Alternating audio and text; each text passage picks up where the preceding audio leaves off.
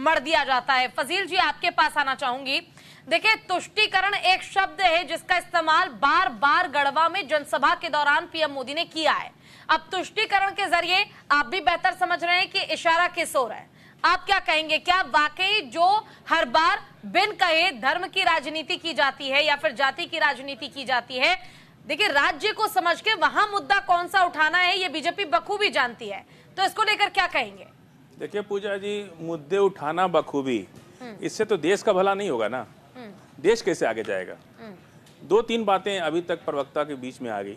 एक तो Sarna code bill पूरे देश के आदिवासी समाज की मांग है। जनगणना नहीं करा रहे, इसी डर से जनगणना नहीं करा रहे कि हम देश के आदिवासी समाज को क्या मुंह दिखाएंगे, क्योंकि उनका कालम अलग, जनगणना में अलग कालम मांग रहे। वो कह रहे कि हम हिंदू नहीं है, हमारा कालम अलग कर दीजिए, हम सरना है। नंबर एक बात। दूसरी बात उन्होंने कहा, अभी कांग्रेस के प्रवक्ता कह रहे थे, बहुत अच्छी बात है कि घुसपैठिया को रोकना तो राज्य सरकार की जिम्मेदारी है कि केंद्र सरकार की जिम्मेदारी है। और सबसे बड़े घुसपैठिया शेख हसीना को तो बांग्लादेश को यही बुला के रखे हैं, जिसे पूरी दुनिया ने लेने से मना कर दिया। उस वो बांग्लादेशी नहीं है। आप गुड़ खाएं, गुलगुल्ला से परहेज। आप सबसे बड़े घुसपैठिया शेख हसीना को भारत में लाके जगह दिए हैं। पूरा भारत नहीं चाहता है कि वो भारत में रहे। शेख हसीना के समय में वहां मंदिर पर आग लगाई गई, हिंदुओं पर अत्याचार हुए, कभी भी वो भारत की हितैषी नहीं रही। लेकिन सबसे बड़ी घुसपैठिया शेख हसीना को भारत में ला के रख रहे। तीसरी बात, यूसीसी की जब उत्तराखंड के अंदर भाजपा की सरकार है, वहां यूसीसी बिल आया, वहां आदिवासियों को क्यों बाहर कर दिया गया उससे?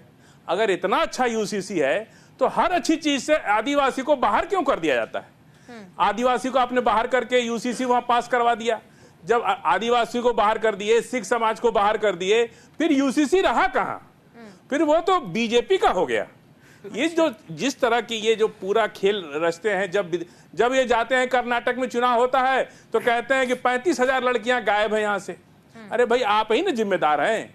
हमारे देश में कौन सी केंद्र सरकार चल रही है, कौन सी एजेंसियां हमारे देश में है जिसको जब मन करे सीरिया से भारत में आ जाए? जिम्मेदारी होती है, लेकिन राज्य सरकार की भी तो कोई दायित्व है ना। आपको पता है राज्य सरकार और केंद्र सरकार के बारे में क्या अंतर है?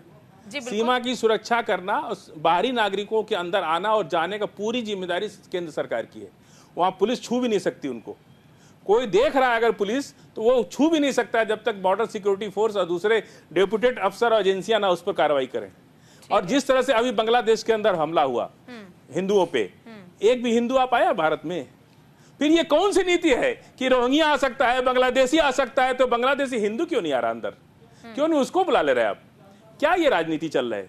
अंदर कुछ, बाहर कुछ, उत्तर प्रदेश में कुछ, झारखंड में कुछ, कर्नाटक में कुछ, मध्य वहां आंध्र प्रदेश, हैदराबाद में जाते हैं, सुन लीजिए, हैदराबाद में जाते हैं तो मुसलमान बन जाते हैं, दुबई में जाते हैं तो मुसलमान बन जाते हैं, कहीं आदिवासी बन जाते हैं, कहीं हिंदू बन जाते हैं। और तुष्टीकरण पे एक बात रह गई, सुनिए, तुष्टीकरण पे बात रह गई। अभी 28 लाख दीप जला है ना अयोध्या में, तो सरकारी पैसे से न खर्च हो रहा है। आप जाके राम मंदिर का उद्घाटन किए, वो तुष्टीकरण नहीं है। आप किसका तुष्टीकरण कर रहे हैं? आप किसका तुष्टी